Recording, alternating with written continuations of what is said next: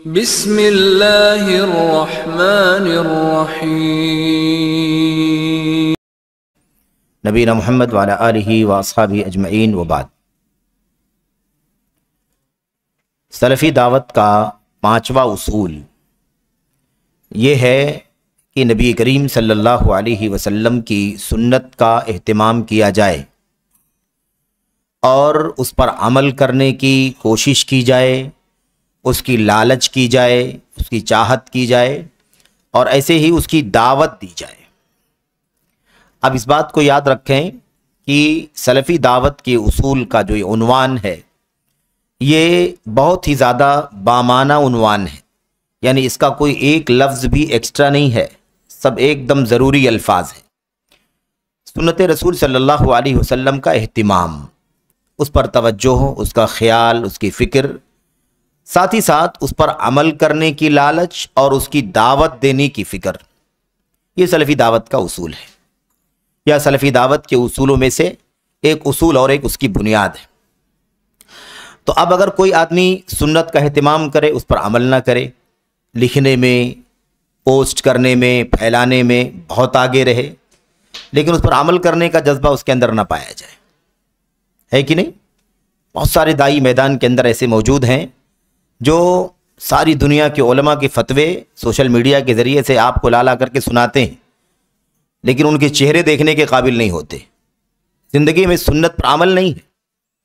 تو دعوے داریوں سے اور سوشل میڈیا کا جو پلیٹ فارم ہے اس کا استعمال کر کے علماء کی باتیں یہاں وہاں سے پہنچانا، اور اس سے قطع نظر کہ وہ کہاں تک معتبر ہیں، کہاں تک غیر معتبر ہیں، کہاں تک وہ باتیں اصولوں کے مطابق، محققین کی تحقیق کے مطابق صحیح ہیں نہیں صحیح ہیں، اس سے قطع نظر ابھی اس پر کوئی بحث نہیں۔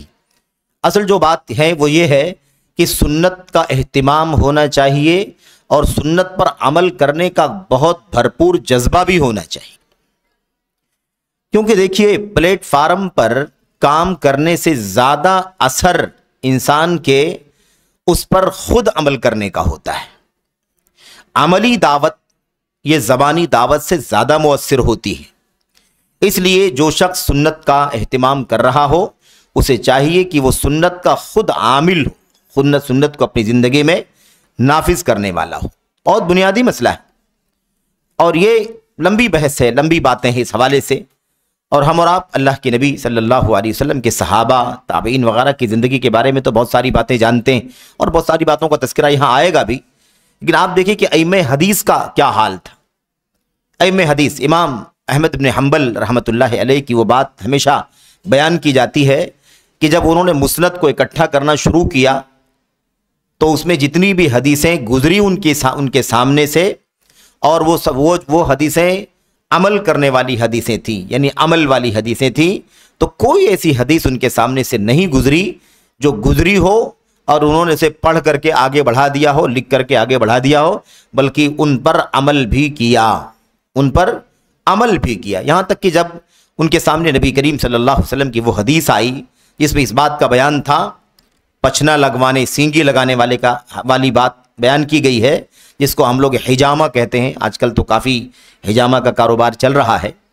تو حجامہ والی جب حدیث آئی کہ اللہ کے نبی علیہ السلام نے ابو طیبہ کو بلایا اور آپ نے سینگی لگوائی یعنی حجامہ کرایا، اور اس کے بعد اسے بطور معاوضہ 1 دینار دیا، جب یہ حدیث امام احمد بن حنبل رحمۃ اللہ علیہ کے سامنے آئی تو انہوں نے بھی اس پر عمل کرنے کے لیے کسی پچھنا لگانے والے کو، کسی حجامہ کرنے والے کو بلایا اور حجامہ کروایا، اور اس کے بعد جو اس کا معاوضہ بنتا تھا اس کا معاوضہ اسے دیا، اور اس کا مقصد یہ تھا کہ اللہ کی نبی صلی اللہ علیہ وسلم کی جو حدیثیں ہیں وہ حدیثیں عمل کرنے کے لیے ہیں، سنتیں ہم لکھ رہے ہیں، نوٹ کر رہے ہیں کتاب میں، اس کی سند کو اکٹھا کر رہے ہیں، اس کے متن کو اکٹھا کر رہے ہیں، راویوں کو دیکھ رہے ہیں، تو صرف اور صرف حدیث جو ہے، سنت جو ہے، صرف اس کے لیے نہیں ہے کہ ہم اسے نوٹ کر لیں، لکھ لیں، بانٹ دیں، پھیلا دیں، سیو کر دیں، بلکہ اس کا کام کیا ہے، اسی کے ساتھ ساتھ اس پر عمل بھی ہونا چاہیے، اور عمل کرنے میں تراخیر بھی نہیں ہونی چاہیے، یعنی فوری طور پر جو عمل کرنے والی سنتیں ہیں فوری عمل کیا جائے، جب وہ سنتیں آئیں تب اس پر عمل ہونا چاہیے۔ یہ سلفی دعوت کے اصولوں میں سے ایک اصول ہے، ہم صرف اور صرف زبان کے کردار کے، ہم زبان اور گفتار کے نہیں ہیں، بلکہ ہم کردار کے بھی داعی ہیں، کردار ہونا چاہیے۔ تو کوئی بھی سلفی اس وقت تک سلفی نہیں ہو سکتا، یا کوئی بھی سلفی داعی اس وقت تک سلفی داعی نہیں کہلا سکتا جب تک وہ سنت کی دعوت دینے کے ساتھ ساتھ، اس کے اہتمام کے ساتھ ساتھ خود اس پر عمل کرنے والا نہ ہو۔ بہت بنیادی مسئلہ ہے۔ خیر، یہ تو ہو گئی بات اس کے عنوان کی۔ اس کے بعد شیخ رحمۃ اللہ علیہ فرماتے ہیں، کہتے ہیں سب سے زیادہ حقدار چیز، سب سے زیادہ مستحق چیز جس کا اہتمام مسلمان کو کرنا چاہیے، وہ یہ ہے کہ نبی کریم صلی اللہ علیہ وسلم کی سنت کی جو نشانات ہیں ان کو تلاش کیا جائے اور اس پر عمل کیا جائے، اور اپنی زندگی میں اسے پورے طور پر ایک فزیکلی دکھائی دینے والا عمل، ایک دکھائی دینے والا ڈھانچہ دکھائی دے، اس طرح اسے بنانے کی ضرورت ہے۔ سنت دکھائی دے رہی ہو، سنت عمل میں ہو۔ ایک ہے سنت کو زبان پر لانا، وہ ایک آواز ہو سکتا ہے، آواز ہو سکتی ہے۔ ایک ہے سنت کو کاغذ پر لکھ دینا، وہ فزیکلی ایک ورڈ کی طور پر کاغذ پر آ سکتی ہے۔ اس سے آگے بڑھ کر کے سنت کے سلسلے میں اہتمام سلفیوں کے ہاں یہ ہوتا ہے اور ہونا چاہیے۔ اگر کمیاں ہو تو ہم سب کو ختم کرنے کی ضرورت ہے اس کمی کو۔ وہ یہ ہے کہ سنت ایک جسم اور ڈھانچے کی طرح سے ہماری زندگیوں میں دکھائی دے۔ یہ ہے سنت کے سلسلے میں ہمارا اہتمام۔ جتنا ممکن ہو ایک سلفی داعی کو ایسا کرنا چاہیے۔ کہتے ہیں اس کی وجہ یہ ہے، وجہ اس کی یہ ہے کہ مسلمان جو ہے آخر یہ کام کیوں کر رہا ہے، سنت کا نام کیوں لیتا ہے؟ سنت کے پیچھے یا سنت کا نام لینے کے پیچھے مسلمان کا مقصد کیا ہے؟ میرے بھائیو، بہت بنیادی مسئلہ ہے کہ اللہ تبارک و تعالیٰ کی ہدایت اسے مل جائے، ہدایت مل جائے، جو ہدایت اسے اللہ تعالیٰ کی رضا تک پہنچا دے، اللہ کی جنت تک پہنچا دے، اللہ تبارک و تعالیٰ کے غضب، عذاب اور جہنم سے بچا لے جائے۔ وہ ہدایت ملنی چاہیے، وہ راستہ ملنا چاہیے۔ اور اس کا سورس کیا ہے؟ ایک ہی سورس ہے، اور وہ ہے محمد الرسول اللہ صلی اللہ علیہ وسلم کی سنت و سیرت اور آپ کی زندگی۔ پھر قرآن کیا ہے؟ قرآن بالکل اللہ تبارک و تعالیٰ کی کتاب ہدایت ہے، لیکن پریکٹیکل میں ڈھلا ہوا ہے نبی کریم صلی اللہ علیہ وسلم کی زندگی میں۔ اس کی ایکسپلینیشن، اس کی شرح اور اس کا بیان کہاں ہے؟ نبی کریم صلی اللہ علیہ وسلم کی زندگی میں۔ اسی تناظر میں امام بربہاری رحمۃ اللہ علیہ نے اپنی کتاب میں کیا لکھا؟ شرح السنہ کے اندر بار بار اسے بیان کیا جاتا ہے کیونکہ چیز ہی ایسی ہے، الاسلام هو السنہ والسنۃ ہی الاسلام۔ اسلام ہی سنت ہے اور سنت ہی اسلام ہے۔ تو یہی ہے، اور اسی لیے لقد کان لکم فی رسول اللہ اسوۃ حسنہ۔ تو اللہ کے نبی صلی اللہ علیہ وسلم کی زندگی میرے بھائیوں کسی اور کی زندگی کی طرح نہیں ہے، بلکہ اللہ کے نبی علیہ السلام کی زندگی قرآن کریم کی عملی تصویر ہے، عملی آئیڈیل ہے، پریکٹیکل نمونہ ہے۔ تو اگر چلتا پھرتا قرآن ڈھلا ہوا، سنت ڈھلی ہوئی، اللہ تبارک و تعالیٰ کے دین کی ایک ایک جزویے کی چیز اگر ڈھلی ہوئی، بسی ہوئی اگر آپ کو ہم کو دیکھنا ہے تو ہمیں نبی کریم صلی اللہ علیہ وسلم کی زندگی اور آپ کی سیرت دیکھنی ہوگی۔ تو یہ بہت بنیادی مسئلہ ہے۔ تو مسئلہ یہی ہے کہ اگر ہمیں سعادت کا گھر چاہیے، جنت چاہیے، تو ہمیں ہدایت چاہیے۔ ہدایت ہی ہے جو ہمیں اللہ تبارک و تعالیٰ کی جنت تک پہنچا سکتی ہے۔ اب یہ ہدایت پانے کے لیے ہمیں کیا کرنا ہوگا؟ نبی کریم صلی اللہ علیہ وسلم کی سنت کا اہتمام کرنا ہوگا، اس پر عمل کرنا ہوگا اور اس کی طرف لوگوں کو دعوت دینا ہوگا۔ اللہ تبارک و تعالیٰ کا ارشاد ہے وَإِن تُطِيعُوهُ تَهْتَدُوا، اگر تم نبی صلی اللہ علیہ وسلم کی اطاعت کرو تو تم ہدایت یاب ہو جاؤ گے۔ سورہ فاتحہ میں بار بار ہدایت کی دعا کرتے ہیں کہ نہیں کرتے ہیں؟ اس کا پاتھ کیا ہے، اس کا ٹریک کیا ہے؟ اس کا ٹریک یہی نبی کریم صلی اللہ علیہ وسلم کی سنت ہے۔ قرآن کریم اگر امت کے بیچ میں رہے اور نبی کریم صلی اللہ علیہ وسلم کا آئیڈیل نہ رہے تو کیا ایک مسلمان اللہ کی مرضی کی زندگی گزار سکتا ہے؟ نہیں گزار سکتا۔ یہ بہت بنیادی مسئلہ ہے، بہت پریکٹیکل مسئلہ ہے، اور اسی بات کو سمجھانے کے لیے اللہ کے نبی صلی اللہ علیہ وسلم نے مثال دی تھی تورات کی، انجیل کی، اہل تورات کی، اہل انجیل کی، اور فرمایا کہ تورات اور انجیل سے اگر امت کو، انجیل کی امت کو، تورات کی امت کو اگر ہدایت اور نجات مل پاتی تو تورات اور انجیل تو آج بھی موجود ہیں ان کے بیچ میں، پھر وہ ہدایت پر کیوں نہیں؟ اس لیے کہ ہدایت پر رہنے والے چلے گئے، ہدایت پر رہنے والے چلے گئے، نبی چلا گیا، اور نبی کے بعد جو امتی ہوتے ہیں وہ بھی ایسے نہیں رہ گئے جو تورات اور انجیل پر عمل کرنے والے ہو۔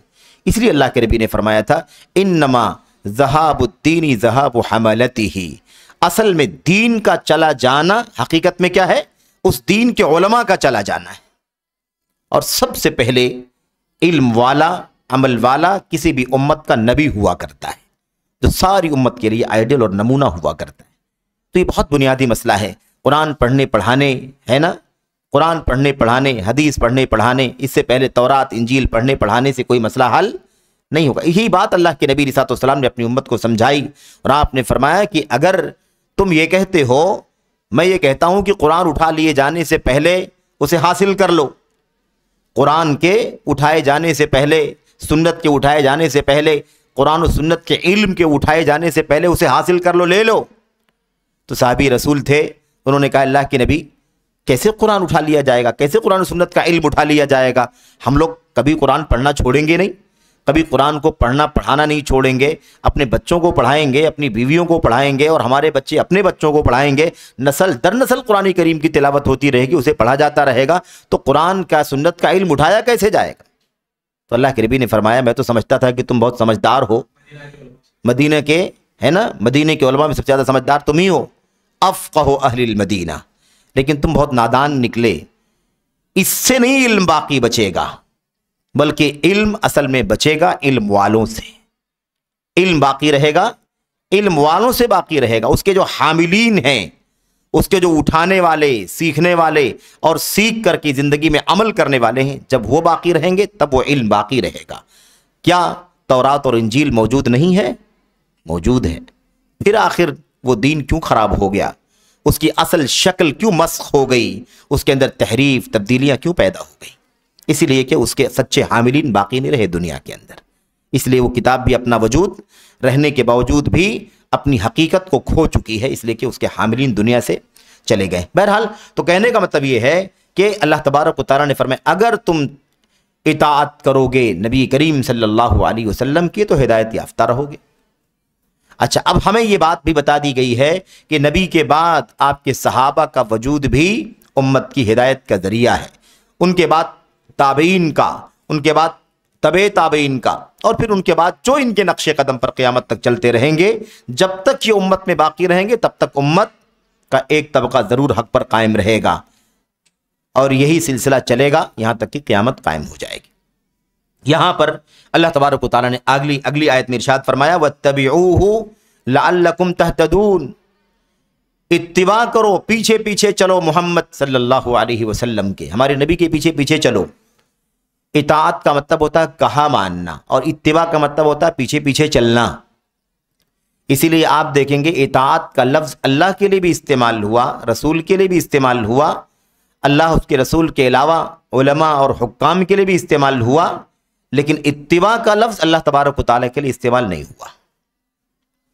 اتباع کا لفظ نبی کے لیے استعمال ہوا، اتباع کا لفظ امت کے علماء اور جو نبی کی سنت پر چلنے والے ہیں ان کے لیے استعمال ہوا، لیکن اتباع کا لفظ اللہ تبارک و تعالیٰ کے لیے استعمال کبھی نہیں ہوا، کہیں نہیں آیا، اور آ بھی نہیں سکتا ہے، کیونکہ اللہ تبارک و تعالیٰ کی اتباع نہیں کرنی ہے، اللہ تبارک و تعالیٰ کا کہاں ماننا ہے، پیچھے پیچھے کس کے چلنا ہے؟ نبی کریم صلی اللہ علیہ وسلم کے، آپ کے صحابہ کے، تابعین کے، خلفائے راشدین کے، امت کے صحابہ، تابعین، تبع تابعین کے پیچھے۔ تو اتباع کے معنی پیچھے پیچھے چلنا، اور اطاعت کا مطلب کہا ماننا، تابع داری کرنا، فرما برداری کرنا، ٹھیک ہے، یہ ہے معنی۔ بہرحال تو یہاں فرمایا وَاتَّبِعُوهُ لَعَلَّكُمْ تَهْتَدُونَ، اتباع کرو تاکہ تم سب ہدایت یاب ہو جاؤ۔ ایسے ہی لَقَدْ كَانَ لَكُمْ فِي رَسُولِ اللَّهِ والی آیت کریمہ بھی اس سے پہلے آئی، اللہ تبارک و تعالیٰ نے آگے کیا فرمایا؟ لِمَنْ كَانَ يَرْجُو اللَّهَ وَالْيَوْمَ الْآخِرَةَ، جسے اللہ تبارک و تعالیٰ سے ملاقات کی امید ہو، یعنی یقین ہو، اور آخرت کی امید ہو، یقین ہو، اور اللہ تبارک و تعالیٰ کا ذکر کرے، اسے چاہیے کہ نبی کریم صلی اللہ علیہ وسلم کی زندگی کو اپنے لیے آئیڈیل اور نمونہ بنا لے۔ بہرحال یہی وہ آیت کریمہ ہے جس آیت کریمہ کے بارے میں حافظ ابن کثیر رحمۃ اللہ علیہ نے اپنی تفسیر میں لکھا ہے هذه الآية أصل كبير في التأسي برسول الله بأقواله وأفعاله وجميع أحواله وحركاته وسكناته۔ الفاظ ذرا مختلف ہیں مجھے لگتا ہے. حافظ ابن کثیر رحمۃ اللہ علیہ نے جو باتیں کہی ہیں وہ اس سے الفاظ ملتے جلتے ہیں اور یہ اس سے قریب قریب الفاظ ہیں. یہ الفاظ وہیں سے لیے گئے ہیں حافظ ابن کثیر رحمۃ اللہ علیہ کی تفسیر سے کہ یہ آیت کریمہ رسول کریم صلی اللہ علیہ وسلم کو اسوہ نمونہ بنانے کے سلسلے میں آپ کے اقوال، آپ کے افعال، آپ کا حرکت کرنا، آپ کا ٹھہرنا، یعنی حرکات جو بھی آپ نے کیا یا ٹھہرے ہیں آپ، ہر چیز کے اندر یہ آیت کریمہ ایک جڑ ہے، بنیاد ہے کہ نبی کی ہر بات کو مانا جائے گا، نبی کی ہر بات کو، ہر کام کو دیکھا جائے گا، اس کے مطابق عمل کیا جائے گا. جہاں جہاں جب جیسے اللہ کے نبی نے کیا وہ ہمیں اور آپ کو اسے بطور آئیڈیل، بطور نمونہ حاصل کرنا چاہیے. کہتے ہیں یہ جو نمونہ بیان کیا جا رہا ہے، اس نمونے کو کون لوگ اختیار کرتے ہیں، کون لوگ اس کو اپناتے ہیں، کون لوگ اپنی زندگی کا حصہ بناتے ہیں؟ کہتے ہیں دراصل اس پر وہی لوگ چلتے ہیں اور اس پر چلنے کی توفیق انہی لوگوں کو ملتی ہے جنہیں اللہ تبارک و تعالیٰ سے ملاقات کی امید ہو اور آخرت کے دن کی امید ہو. امید یہاں بمانا کیا ہے؟ یقین کے ہے، یعنی یقین ہو کہ اللہ سے ملاقات کرنا، ایمان ہو، اور ایمان ہو کہ موت کے بعد ہمیں مرنا ہے، موت کے بعد دوبارہ اٹھایا جانا ہے. وہی لوگ ظاہر سی بات جن کو اللہ تبارک و تعالیٰ پر ایمان ہوگا اور آخرت کا ڈر ہوگا، وہی لوگ اللہ کے نبی صلی اللہ علیہ وسلم کو اپنا سچا آئیڈیل قول، فعل، عمل ہر چیز میں بنائیں گے. بہرحال اس کے بعد کہتے ہیں کہ مومن کی سعادت اور مومن کا شرف، اس کا مقام اور مرتبہ کہاں سے پہچانا جائے گا؟ ایک مومن کی شان کیسے جانی جائے گی؟ ایک مومن کس درجے کا مومن ہے، ایک مومن کس درجے کا، کس مقام کا ایمان والا ہے، اس کو سمجھنے کے لیے ہمیں کہاں سے لگے گا؟ کیسے اندازہ لگے گا بتائیے؟ مومن کی پہچان کیسے ہوگی؟ مومن کے درجے کی پہچان کیسے ہوگی؟ اسی کی اتباع سنت سے اس کی پہچان ہوگی. یہ بہت بنیادی مسئلہ ہے. آج ہم لوگ دنیا کے اندر دیکھتے ہیں کہ بہت سارے لوگوں نے پیمانے بدل لیے ہیں. لوگوں نے پیمانے بدل لیے ہیں. کوئی شہرت دیکھتا ہے، کوئی منصب دیکھتا ہے، کوئی عہدہ دیکھتا ہے، کوئی فالوورز دیکھتا ہے، کوئی بینر دیکھتا ہے بڑا، کوئی جھنڈا بڑا دیکھتا ہے. سب معیار بن گئے ہے کہ نہیں؟ آج کل ایک معیار اور بن گیا ہے. کہتے کیا آج تک جتنا کلمہ پڑھوایا ہے فلاں نے، کیا اتنا کلمہ کسی اور نے پڑھایا ہے؟ یہ کتنا بڑا مسئلہ ہے.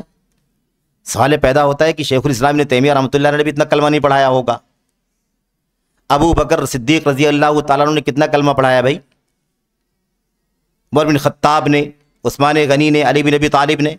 تو کلمہ تو ان لوگوں نے بھی کم پڑھایا ہے جتنا انہوں نے پڑھایا ہے. تو اس کا مطلب ان کا درجہ کم ہے کیا؟ کون سا معیار ہے میرے بھائی؟ کوئی ضابطہ ہے کہ نہیں ہے؟ معیار بندی کے لیے کوئی ضابطہ، اصول، کوئی پرنسپل ہے کہ نہیں ہے؟ کس بنیاد پر ہم فیصلہ کرتے ہیں؟ یہ بات اس لیے کہہ دی کہ اس میں بہت شور آج کل چل رہا ہے. بڑے بڑے علماء کے سامنے مثال پیش کی جاتی ہے کہ انہوں نے اتنا لوگوں کو اسلام کا کلمہ پڑھوایا ہے.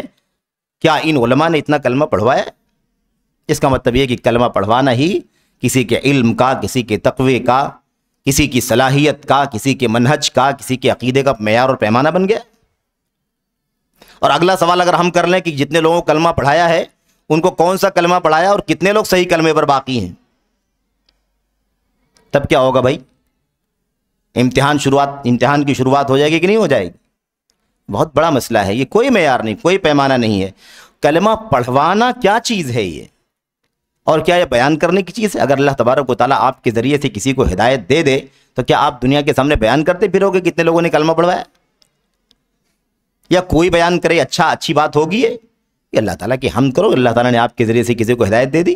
آپ کو یاد ہوگا نبی کریم صلی اللہ علیہ وسلم نے ایک یہودی کو نصیحت کی اور اس نے کلمہ پڑھ لیا. جانتے ہیں نا بچے کا واقعہ. آپ جب وہاں سے نکلے تھے تو آپ نے کیا کہا تھا؟ الحمدللہ الذی انقذہ بی من النار. اللہ تعالیٰ کی حمد ہے، تعریف ہے، جس نے اس یہودی بچے کو میرے ذریعے سے جہنم سے بچا لیا. یعنی ساری حمد، ساری تعریف، سارا فضل اللہ تبارک و تعالیٰ کا ہے. مجھے اللہ نے ذریعہ بنا دیا، اس پر اللہ تبارک و تعالیٰ کی حمد. یہ نبی کہتا ہے. کون کہتا ہے یہ؟ وقت کا نبی، انسانیت کے سب سے بڑے محسن نے یہ بات کہی ہے. تو یہ کون سا پیمانہ ہے؟ کوئی ضابطہ ہے کہ نہیں ضابطہ؟ کیا یہ ریاکاری نہیں ہے؟ کیا یہ دکھاوا نہیں ہے؟ کیا یہ دنیا داری نہیں ہے؟ کیا چیز ہے یہ آخر؟ اب یہ باتیں لوگوں کو کڑوی لگتی ہیں، بری لگتی، لیکن مسئلہ حقیقت سے تعلق رکھتا ہے میرے بھائیوں. یہاں معاملہ معاملہ کسی کی طرفداری، کسی کی جانبداری یا کسی کی مخالفت کا کوئی مسئلہ نہیں ہے، مسئلہ اصول اور ضابطے کا ہے۔ ہم ایک ضابطے کے پابند ہیں، کوئی بڑا سے بڑا ہو، چھوٹا سے چھوٹا ہو، ہر آدمی اللہ تبارک و تعالیٰ کے دین و شریعت کے ضابطے کے ماتحت رہے، یہی ذمہ داری ہے اس کی۔ یہ کوئی معیار نہیں۔ اگر ایسے ہی معیار ہے تو کوئی ایک مثال بتاؤ سلف کے اندر کہ کسی نے ایسی بات کہی ہو کہ اس کے ذریعے سے بہت سارے لوگوں نے ہدایت پائی ہے، اس لیے اس سے بڑے مقام کا دنیا میں کوئی نہیں ہے۔ میرے بھائیوں، یہ باتیں بہت عجیب و غریب انداز کی ہیں اور دکھ کی بات ہے اس کے اندر۔ اچھا، تو بہرحال کسی بھی مومن کا شرف، اس کا منزلہ، اس کی منزلت، اس کا مقام، اس کا فیصلہ کس سے کیا جائے گا یا اس کا اندازہ کس سے لگایا جائے گا؟ اس کی اتباع سنت رسول صلی اللہ علیہ وسلم سے، اتباع رسول صلی اللہ علیہ وسلم سے۔ تو کہتے ہیں جو شخص جتنا زیادہ سنت کا فکر مند ہوگا، اس کی تلاش کرے گا، اس کی جستجو کرے گا، اس کو ڈھونڈے گا، پتہ لگائے گا، اتنا ہی زیادہ وہ ایمان کے اعتبار سے اونچا اور بلند مانا جائے گا۔ یہ ہے اس کا۔ بہرحال تو جو شخص سنت کے معاملے میں جتنا زیادہ پابند سنت مانا جائے گا، اتنا زیادہ وہ مقام اور مرتبے کے اعتبار سے بلند ہوگا۔ سلف صالحین کے اب کچھ نمونے پیش کر رہے ہیں۔ یہ بات کہاں سے آ گئی؟ یہ بات یہاں سے آ گئی، چیپٹر کا نام یاد ہے نا آپ کو، سنت رسول صلی اللہ علیہ وسلم کا اہتمام اور ساتھ ہی ساتھ اس پر عمل کرنے کی لالچ اور اس کی دعوت دینے کی لالچ۔ اب اگر میں کیٹیگری بناؤں اور بات آپ کے سامنے کروں تو پھر بات گھوم گھوم کر کے وہی آئے گی۔ جتنے فرقے آپ کو میدان میں نظر آئیں گے، آپ کو خالص سنت والا بھی شاید ہی کوئی ملے گا۔ کسی کے ہاں عقل پرستی نے جگہ لے لی ہے سنت کی جگہ پر، کم لے لیا ہو، زیادہ لے لیا ہو، پورا لے لیا ہو۔ کسی کے یہاں تقلید نے، اندھی تقلید نے سنت کی جگہ لے لی ہے کہ نہیں؟ کسی کے یہاں پیری فقیری نے لے لی ہے، بزرگی نے لے لی ہے، تصوف کے بزرگوں نے ان کی جگہ لے لی ہے۔ وہ سمجھتے ہیں کہ نبی کا درجہ ہی نہیں ہے اتنا جتنا درجہ ولی کا ہے۔ ولی اوپر ہے اور نبی اس کے نیچے۔ ان کے اولیاء معصوم ہیں لیکن انبیاء سے غلطی ہو سکتی ہے، یہ ان کا عقیدہ۔ یہ سنت کے راستے کی مصیبتیں ہیں جو آپ کے سامنے پیش کی جا رہی ہیں، سمجھ رہے ہیں؟ تو بہرحال اسی لیے صوفیہ نے کیا کہا؟ صوفیہ نے کہا غاص الاولیاء البحر ووقف الانبیاء بساحلہ۔ اولیاء کرام نے تو سمندر کی تہوں میں غوطے لگا دیے، جبکہ انبیاء اس کے ساحل پر کھڑے انتظار کرتے رہے۔ تو اب یہاں ولایت حائل ہے، اولیاء کا مقام حائل ہے نبی کی سنت کے سامنے، نبی کے مقام کے سامنے۔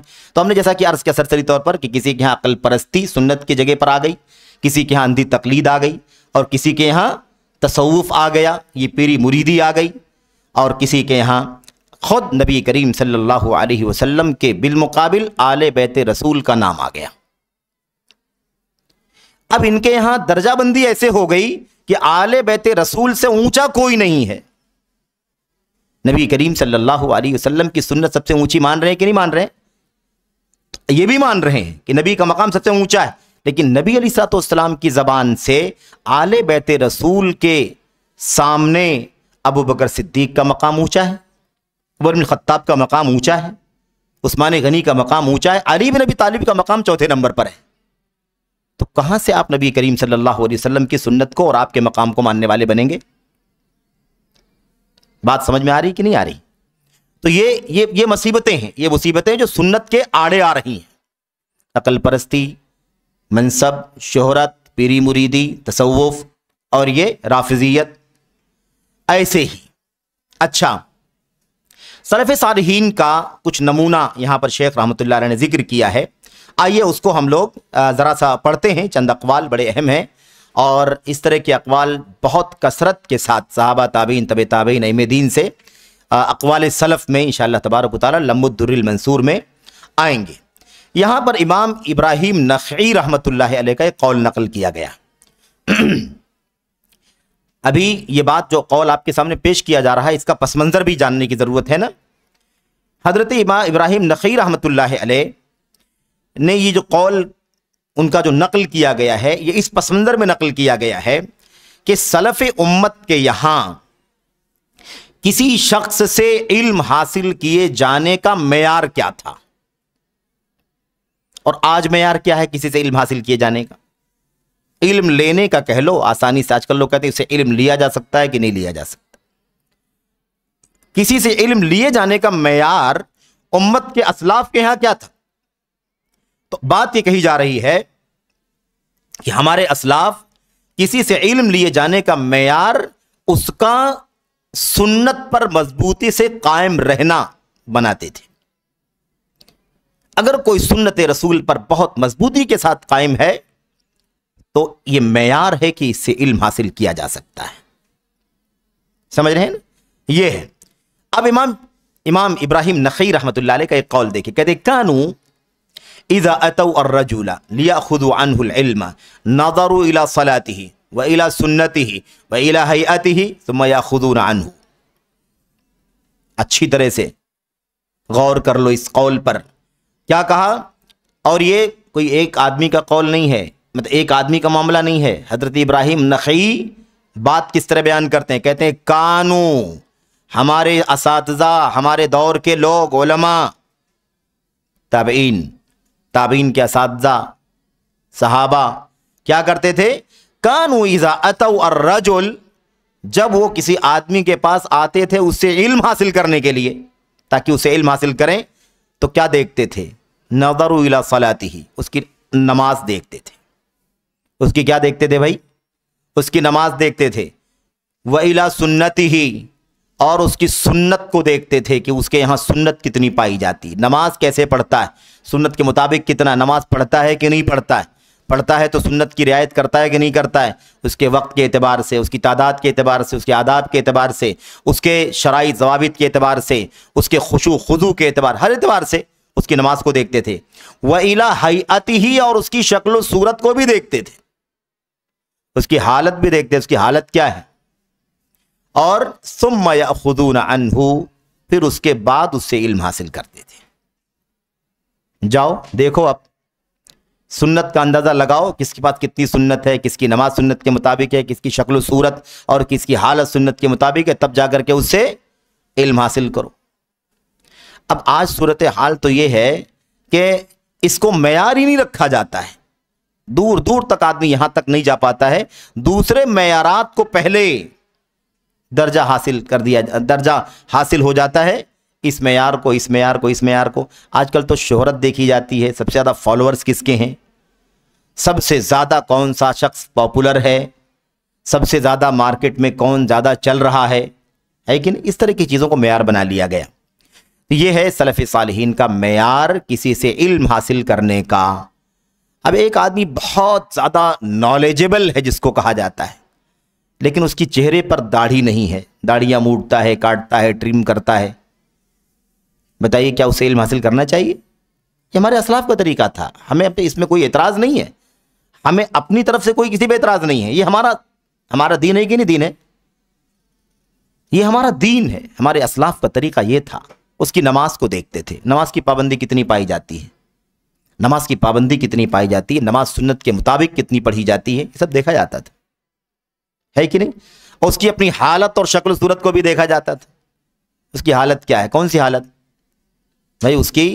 اس کی فکری حالت، اس کی منہجی حالت، اس کی معاشی حالت، اس کی سماجی حالت، ہر طرح کی حالت کو حالت کہا جاتا ہے، لیکن دین سے تعلق رکھنے والی حالت کون سی ہے؟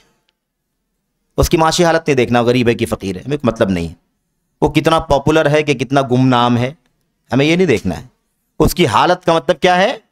اس کی زندگی میں اللہ کے نبی علیہ الصلوۃ والسلام کی سنت کتنی شامل داخل ہے، اس کا لباس کیسا ہے، اس کا حلیہ کیسا ہے، اس کا رہن سہن کیسا ہے، اس کا تعامل کیسا ہے، یہ سب چیزیں اس کی حالت میں شامل ہے۔ سمجھ رہے ہیں؟ یہ صورتحال ہے۔ تو اس مسئلے کو اچھی طرح سے سمجھنے کی ضرورت ہے، اور یہی ہمارے یہاں معیار اور پیمانہ ہونا چاہیے کسی سے علم حاصل کرنے کا۔